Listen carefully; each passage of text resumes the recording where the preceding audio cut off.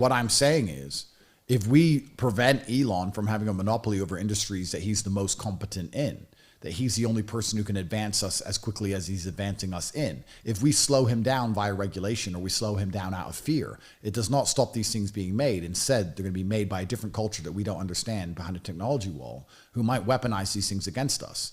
AI, within 50 years, is going to be at a level where it can destroy humanity one way or another. Do we want Elon to make it or do we want the Chinese to make it? It's getting made. My argument would be, if I had to flip a coin, I would choose somebody who believes in Western ideals above somebody who has no interest in me or doesn't think like me or doesn't understand me when I talk.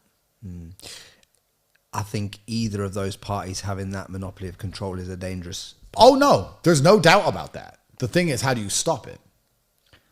Well, it's like, an arms race. Yeah, it's an arms race. It's an arms race. Yeah. Like, nuclear weapons have been invented, so you can't make the other person uninvent them. All you can do is invent nuclear weapons back. How many years are we away, do you think, from every household having a robot in their house doing their daily tasks and all this kind of stuff, and people not being required for the manual jobs? Because I see with Amazon, they've got more robots now than people.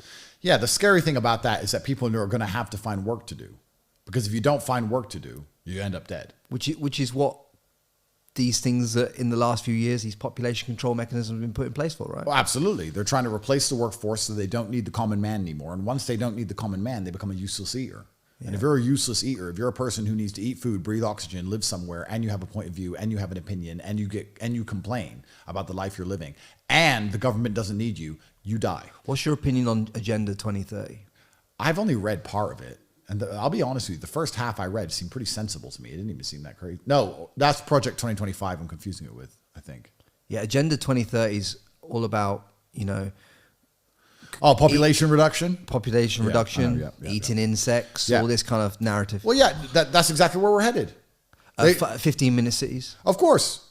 Once the Matrix doesn't... Think of how badly the system treats the average man. And the system needs the average man.